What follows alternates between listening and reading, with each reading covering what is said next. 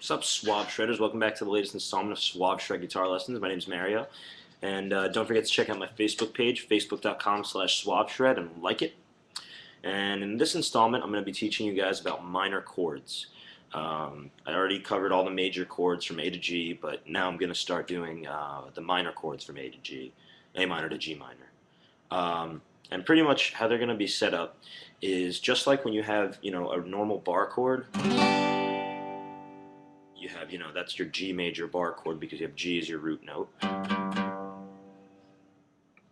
And if you don't know what I'm talking about when I say root note, refer back to my G major lesson or any major lesson where I show you, the normal shape for every chord, and I also show you the bar chord shape for every chord. So you have your G major, and then all you're going to do, if you have that bar shape, you're just going to lift up your middle finger, strum all those strings, and it's going to give you the minor sound. And you notice that it sounds a lot more, this sounds a lot more happy than major. Minor sounds a little bit more sad.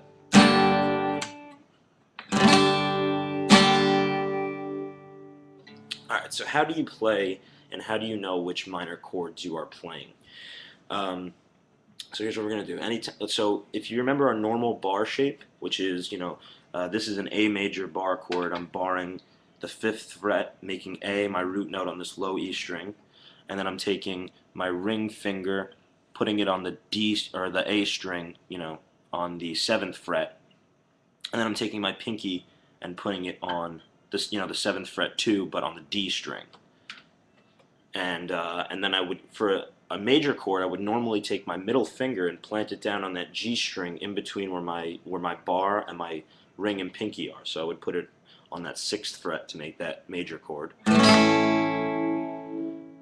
all I'm going to do is just lift up that middle, and it makes it minor.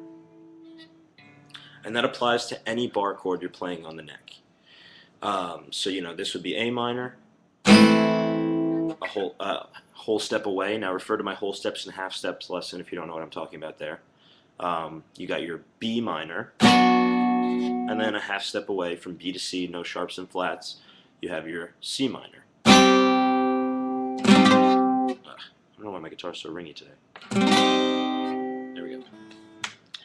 And there's also, a ton more minor chords on this neck, and I'm going to show you the other way to play them. Another way to do it is to start on the A and not play this low E. Start on your A string and use that kind of as your root note. So you're going to bar up and down until the A string and not the E. But if you feel more comfortable and you just want to practice getting that bar down, you can bar all the way to the E. Just try not to play that E, that low E string. So if you remember the shape of your major bar chord, it's just like the minor, but you're putting that middle on the G string in between the frets that your first finger and your ring and pinky are on.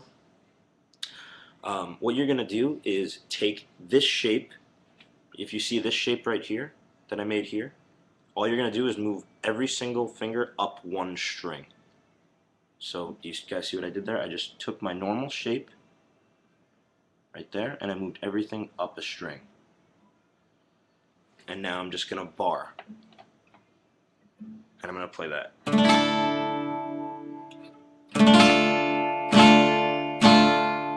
So right now, the minor chord that I'm playing, I'm starting on my root note A, and then I have A, B, C, D. So right now I'm playing a D minor chord.